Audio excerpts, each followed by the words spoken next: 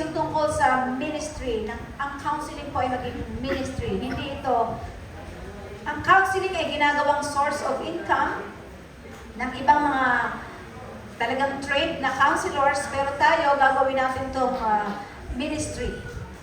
Yung pagtulong natin, lalo tigit sa mga taong merong mga dinadala sa buhay nila. Gusto nilang merong somebody na makikinig sa kanila at the same time ay meron silang pagtitiwalaan.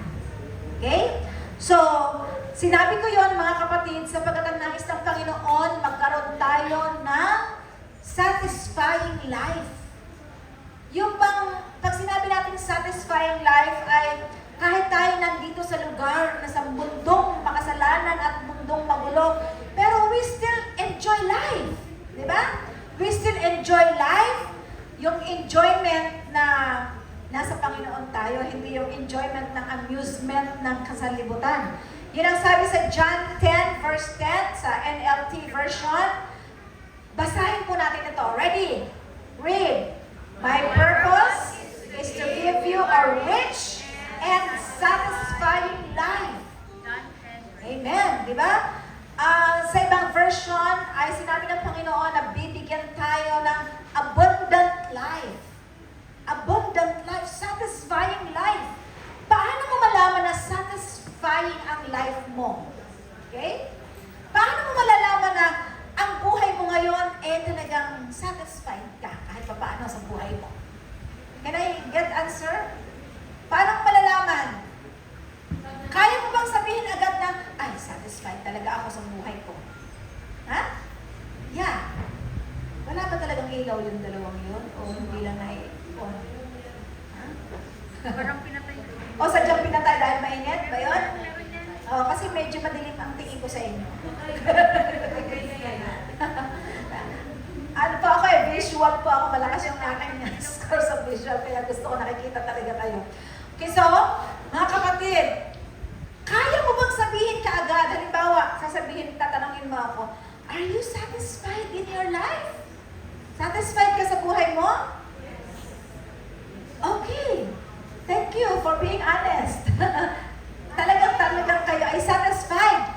Pero masasagot natin yan, ano? Mas masasagot natin yung tanong na yan kung gagawin po natin ito.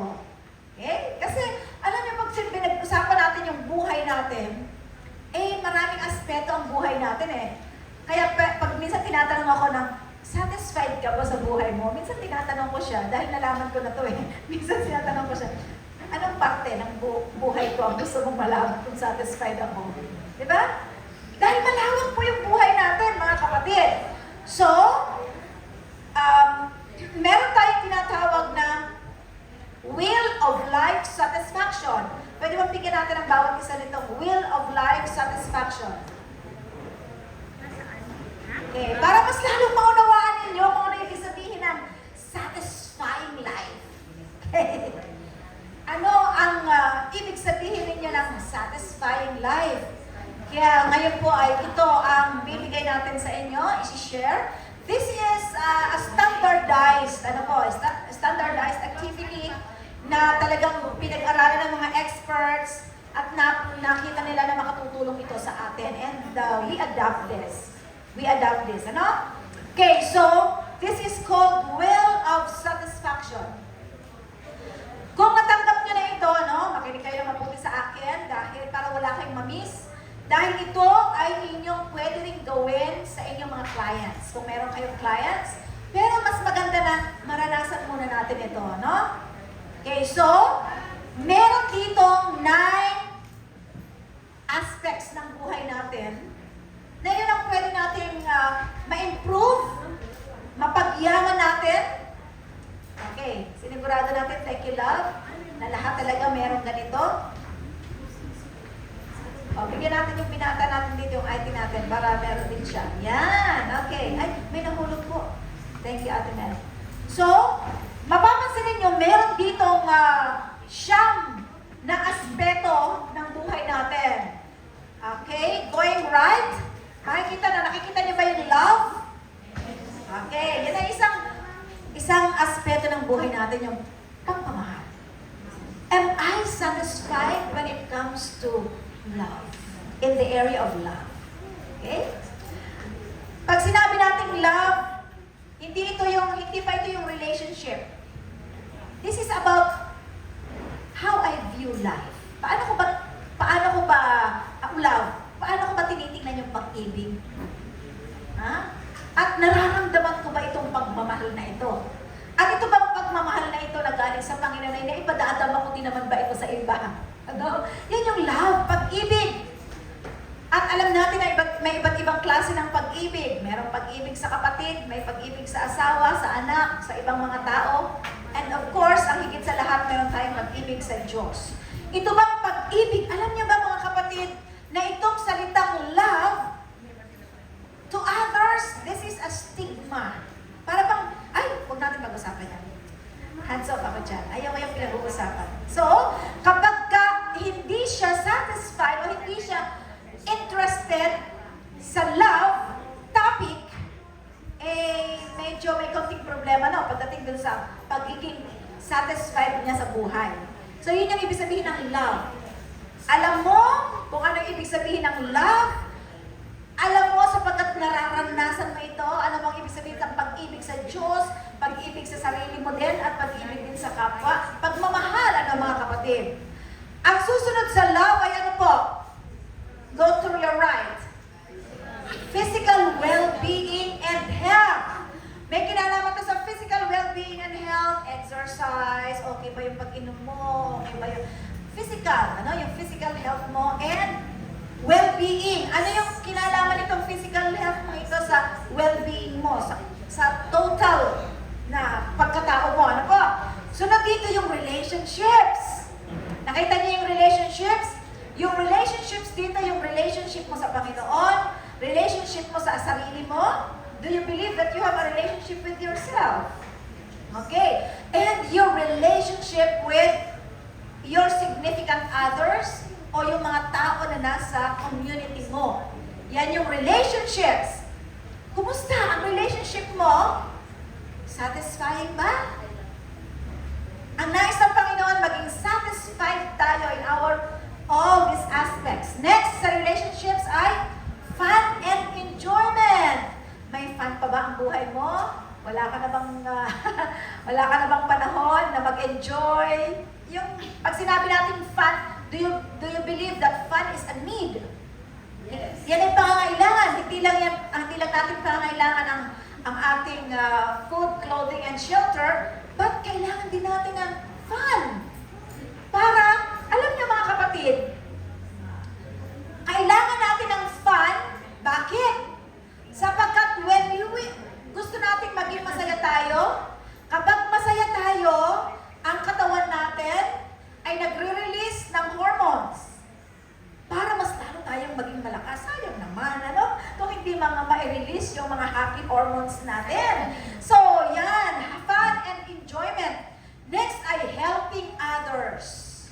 Meron ba tayong panahon para marami tayo niyan. Marami tayo. Next ay work. How are you satisfied? What is the level of your satisfaction when it comes to your work? Burnout ka na ba sa work mo? O kahit na ikaw ay habang tumatagal ay lalong nagiging satisfying ang iyong work experience. Ang goal natin ay kahit pa-retire na tayo, yung passion mo and yung enthusiasm pagdating sa work mo ay talaga namang mataas na mataas. And how about your money? Are you satisfied with your financial resources? Ayan, yan ay bibigyan natin ng score mamaya. And of course, sunod dyan ay learning. How are you satisfied with your learning experience? Marami tayong learning. Pero iba yung attend sa seminar kaysa yung learning. Pag sinabi natin learning, talagang na-absorb mo yun. Talagang feel na feel mo. Excited ka na yung learning mo ay ma-share mo. And last dito ay, yung nasa gitna na ay, ang spiritual fulfillment. What is the level of satisfaction when it comes to your spiritual fulfillment? Now, bibigyan natin ng score. This is an individual work. Okay? This is an individual work. So, ang direction natin is, mapapansin ninyo mga kapatid, meron dyan kayong nakita na merong circle sa gitna. Nakita ninyo yung bilog sa gitna. Okay. Nakita ninyo sa pagkatapos ng bilog sa gitna, meron dyang lines.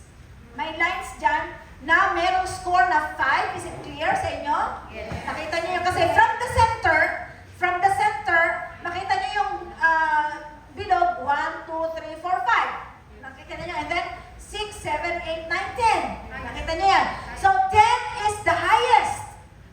Ibig sabihin, you are most satisfied.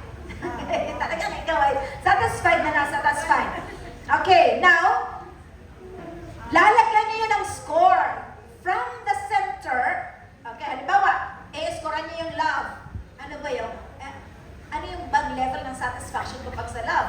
So, pag ang inyong score sa love ay 4, so, lagyan niyo ng, use your pen, or ball pen, lagyan niyo ng ikis, o kaya ay dot, ang yung score nyo sa bawat category. Okay, naiintindihan niyo ba? Para mas lalo nang maintindihan, ipakikita niyo ko sa inyo ang aking score.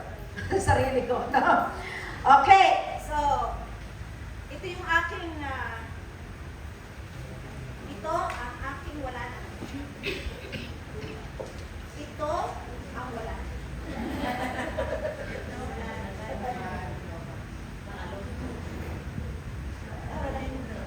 Lobat na, lobat. Lobat talaga. Sige, tayo natin.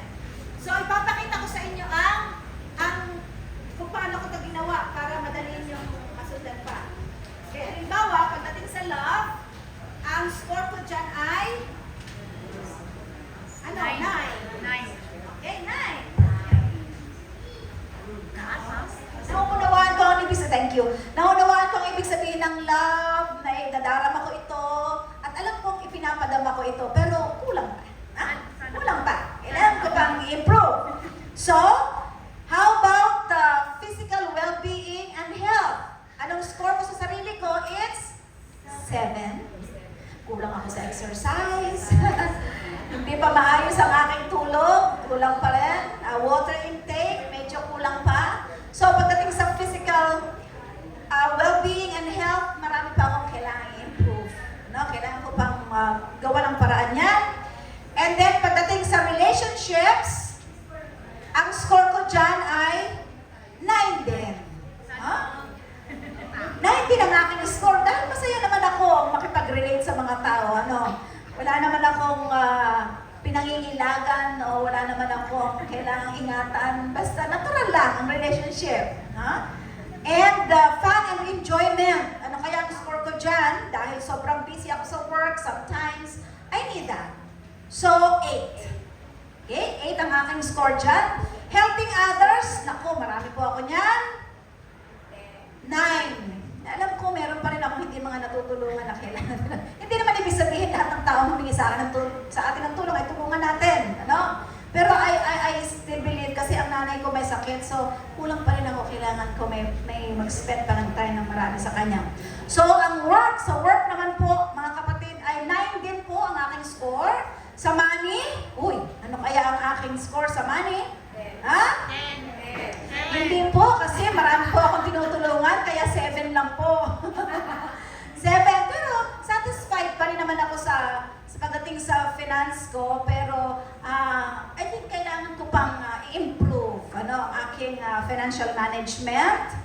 Dahil minsan, mas maraming out kaysa, kailangan balansehin natin eh. Hindi rin yung puro out lang. Okay, pero hindi po ako magastos, hindi po ako guilty doon na magastos ako sa mga material na bagay. Actually, si Pastor Gabi nakikinig. Lagi pa po niya akong inuutusan, punta ka sa mall, bumili ka ng ganyan. Hindi po yan siya killjoy pagdating, pero dahil ako ang naghahawak ng finances namin, kailangan kong ayusin. Which is yung priority. Ang priority po kasi ngayon yung nanay ko may sakit, so kami ang nagbabayad ng caregiver niya, mga pagkailangan niya. So talagang yun po. And then pagdating sa learning, sagana po tayo dyan, pero 9 pa rin eh. 9 pa rin. At pagdating sa spiritual fulfillment, by God's grace, I score 9. Na po, dahil sa ating mga napapag-aralan talagang akin pong, by God's grace, ay akin pong pinananatili na meron akong connection sa Panginoon, Bible reading, Bible study, at ma-share. And then, pagkatapos kong malagyan ng yan, i-connect ko po yan, no? I-connect ko yan at magiging ganyan po ang itsura niyan. So, ganyan ang inyong gagawin sa inyong will. Okay? May tanong? Naintindihan? Okay. Ang ating goal sana, maging, circle ba? Maging congruent. Malaking circle. Ha? Malaking Kasi makikita ninyo, parang web, kasi hindi siya ganun ka-perfect eh. So, pag ganito, tayo mismo sa sarili natin makikita mo dito kung alin ang kailangan kong i-improve. Ngayon, kung meron kayong mga sa mga anak ninyo, mas maganda makita, sila mismo yung mag-i-score. Huwag kayo ang mag-score para sa anak nyo. Kasi you are not the expert of their life. Sila. So, ayan po. I will give you 5 minutes. Kaya na yan ng 5 minutes, ano? Para po ninyo yan, ayan, meron pa yata. Sige, kuha ka dyan sa akin. Ayan yan, kayo lang guys. Okay?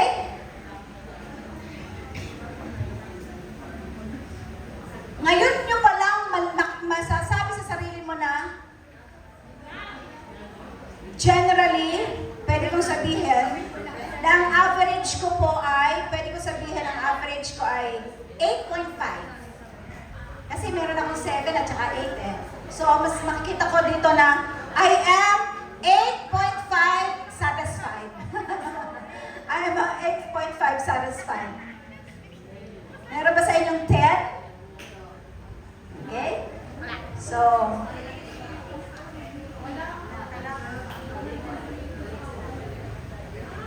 alam nyo, kapag meron kayong client, maganda na inyo silang bigyan ng ganito para makita ninyo saang area ng buhay niya ang nangangailangan ng tulong na makapag ma-improve. Ano po? So, para sa akin, pinakamababa kong score dito ay 7, which I still consider that okay pa naman, pero I need to work more para maging mas satisfied ako. Lalo na kapag sumasakit na ang likod-likod natin, ay, wag ninyong i-ignore yung mga, because these are body signals na napapagod na kayo. Okay? Anyone who wants to share ang inyong will of life satisfaction? Ang inyong will of life satisfaction can make change. Pwede itong magbago. Depende kung paano ang response nyo sa buhay nyo. Okay.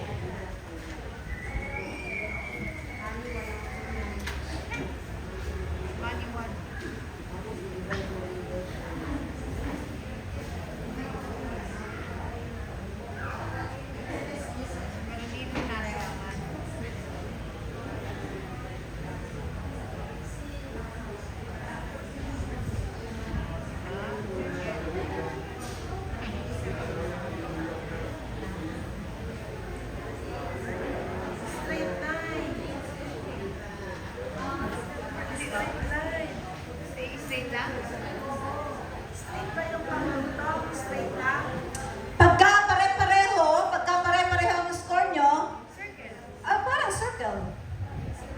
Ha? Circle. Like perfect circle. Mas maliit lang na circle, kung hindi 10. Okay? And in this case, we will not take our score as standard. Hindi. No? Iba-iba kasi yung ating mga life events, iba't iba ang ating coping sa buhay, iba't iba ang mga challenges natin. Katulad dong sa akin, ito talaga yung reality sa buhay ko. Walang fake dito. Ito talaga yung aking life satisfaction. So, meron bang mag-volunteer na mag-share ng inyong Actually, mga kapatid, this is a personal data. Okay? Pwede nyong, we would like to observe data privacy, but if you want to share, okay lang po. No? If you want to share your mga tao. Why? Because in God's sight, each person is valuable. Ang bawat isa sa atin ay mahalaga sa paningin ng ating Panginoon. At sa paningin ng Panginoon, tayong lahat ay special. Mas lalo ang special sa Panginoon yung mga may problema. Bakit? Kasi binanggit ni Pastor Gavin kanina na ang goal ng Panginoon talaga is ma-restore yung lost relationship ng tao sa Kanya. So, mas hindi threat sa Panginoon kapag may mga taong ganyan. May mga clients talaga na parang matcha-challenge ka, but do not be threatened. Kaya yung inumpisahan natin doon sa pagiging actualized na tayo, no? And of course, in God's sight, each person has a purpose. May purpose ang Panginoon kung bakit nangyayari ito sa atin. And God has a plan for every individual. Kahit na doon sa umiyak ka, Ma'am Gesa, kahit na doon sa umiyak sa atin, paulit-ulit, merong ganon, isipin natin, para maging positibo, isipin natin na ang Panginoon ay may panukala sa taong ito, na meron siyang problema. May panukala pa rin ang Panginoon sa kanya. And let us remember that every person, kahit yung client natin, is a candidate to heaven. Amen? Kandidato yan sa heaven. Okay? At yun na nga yung sinabi ko sa inyo kanina, talagang let us explore all possibilities at kung ano pa na mga options na pwede pa natin gawin. Tulungan natin siya na makapag-generate pa siya ng options. Yun po ang trabaho natin bilang tayo counseling facilitator. And to God, life becomes more about what?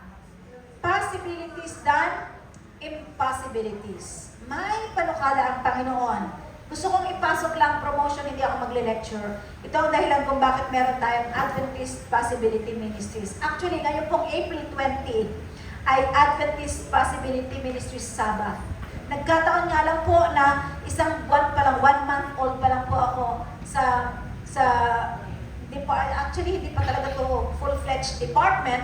Sa office na ito, 1 month old pa lang ako, kaya I still, yung ini-establish ko po ito. Pero yung ngayong April 20 is 8 p.m. Sabbath.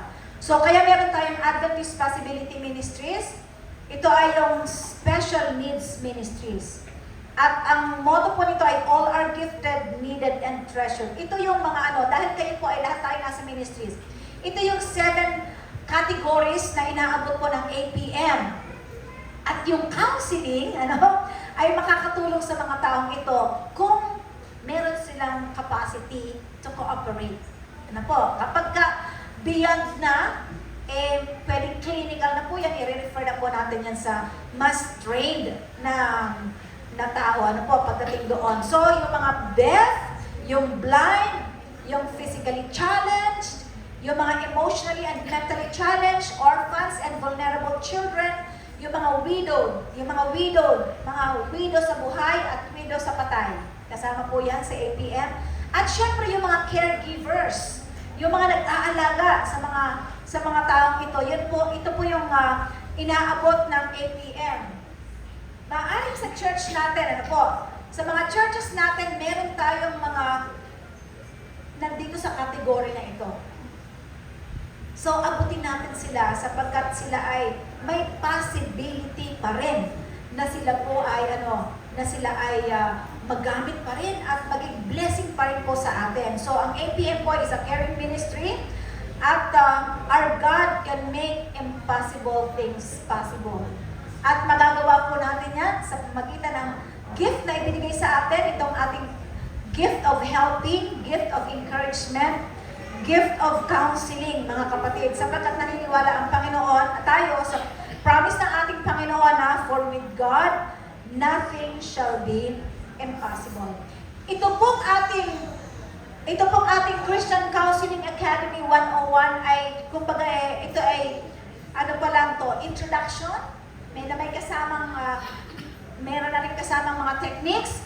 Pero mas palalawakin pa po natin yan pagdating natin sa 2.0 ng ating counseling academy. Ano po? Para mas lalo pa nating maranasan yung joy at saka ang akin po, sana hindi maging burden sa atin. Kasi pag minsan, pag pinag-uusapan natin yung techniques, minsan sinasabi nila, ay, ang hirap naman pala niyan, ma'am. Ano naman pala niyan, parang napaka-challenging naman po yan. But we don't like you to be burdened. Kaya po, sinisimplihan lang sana natin muna para talagang mas ma-absorb mo natin to. And, ang isa ko pong pwedeng sabihin sa inyo is, when you facilitate yung ganito ng issue, kung hindi pa kayo, wag masyadong technical. Do you know what I mean? Do you understand what I mean? Wag masyadong technical na minsan sasabihin natin, ay, parang hindi ko yata na-i-apply yung reflecting. Parang hindi ko yata, na-miss ko yata yung summarizing. Na parang na-miss na natin yung pagtulong natin kasi mas nakasenter na tayo dun sa mga techniques. Okay lang po yan. Pag medyo may palpak tayo, okay lang yan. Natututo tayo. Basta, like yung mga i-senior natin dito, i-absorb natin yon, yung i-senior ni Ma'am Chanel, yung kay Ma'am Dayo, yung mga natutunan natin dito, ay atin po yung i-absorb para makatulong yan sa atin. So, in closing, gusto ko pong i-share sa inyo ang isang experience ko sa Bali, Indonesia. Yung Bali, Indonesia, kilala siya sa magandang beach. Senior ko rin ito dun sa nag-attend ng family to family. Alam niyo po, isang araw kami ay in-invite pumunta sa isang beach na hindi naman kagandahan na beach. Pero pagdating po namin doon ay talaga napakarami ng tao doon. Bakit? Sapagkat ang beach na ito, na nakalimutan ko ng pangalan, ang beach na ito ay kilala sa sunrise. Famous siya pagdating sa sunrise. Sa napakaraming beaches sa Bali, dito kilala ang beach na to. Napakaraming tao, wala pang 6 o'clock nandun na. Before ng sunrise, nandun na yung mga tao. At talagang inaabangan nila na sumikat ang araw. Okay, kaya nakita ko dyan, may tao dyan na talagang kumukuha ng pwestong maganda para makita talaga niya yung sunrise. Meron ako nakita dyan na magkaibigan na talagang pumunta pa dun sa may malapit sa tubig. Parang mas malapit, closer talaga siya. Nakita niyo, yung aking cellphone, hindi naman siya ganun kagandahan, pero talagang na-capture ko pa rin yung magandang sunrise. Pero kung meron kayong magandang camera, mas lalong makikita niyo yung beauty ng sunrise. Nakita ko doon yung family na talagang humanap ng pwesto para ma-enjoy nila yung sunrise. May nakita kong couple na talagang humanap din ng magandang pwesto para ma-enjoy nila at makita nila yung beauty ng sunrise. At syempre kami ni Pastor Gavin, hindi kami nagpahuli at meron kami mas magandang picture ni Pastor Chakra dyan . Pero anyway, hindi naman yung aming image ang aking ipinapakita dyan. Kung hindi, yung sunrise ay talagang ini-enjoy. Kita niyo yung aming tinutungtungan ay mga malumot na bato, na talagang hindi maganda na klase. Pero hindi yan ang idinayo ng mga tao dyan. Ang dinayo nila ay walang iba kung hindi yung sunrise. What is sunrise? What is the relationship of sunrise when it comes to counseling? Sunrise brings a new hope. Oh, wow. Ano pa? And love. This is a renewal. Ito ay, pag may sunrise, para bang merong bagong pag-asa sa'yo. Kaya nakikita ko, nung ako nandun sa beach na yon, hindi lang ako nakatingin sa sunrise. Nakatingin ako sa mga tao. Tinitingnan ko yung kanilang, ano yung nararamdaman nila. Alam niyo po, isa yung nakita ko sa kanila na every time sila titingin sa sunrise, there is anticipation. Meron silang inaasam-asam na merong bagong pag-asa sa kanila. Pagkatapos ng sunrise, ang sun ay lumiwanag na siya ng maliwanag na maliwanag, nagsimula nang umuwi ang mga tao. Dahil nakamit na nila yung gusto nila. Ang gusto lang nila dun yung sunrise. Bakit? sapagkat yung sunrise ay nagbibigay sa kanila ng panibagong pag-asa. In counseling, kapag kayo nakausap ng mga clients, ng mga taong lumapit sa inyo, at na-facilitate nyo ng maayos, there's a new sunrise sa buhay nila. Amen, mga kapatid? At tayo ay facilitators para yung, alam nyo, kaya ang Panginoon ay tinawag na Son of Righteousness. Siya yung source of light. We are the light. Then, so, counseling is a ministry and a very effective means of helping people live a satisfying life with God. Sana lahat tayo ay huwag mawawala sa susunod na ating Counseling Academy 2.0 para na sa ganun mas marami pa tayong matutunan at maranasan. There is always beauty in helping people. So thank you very much. May the Lord bless us all.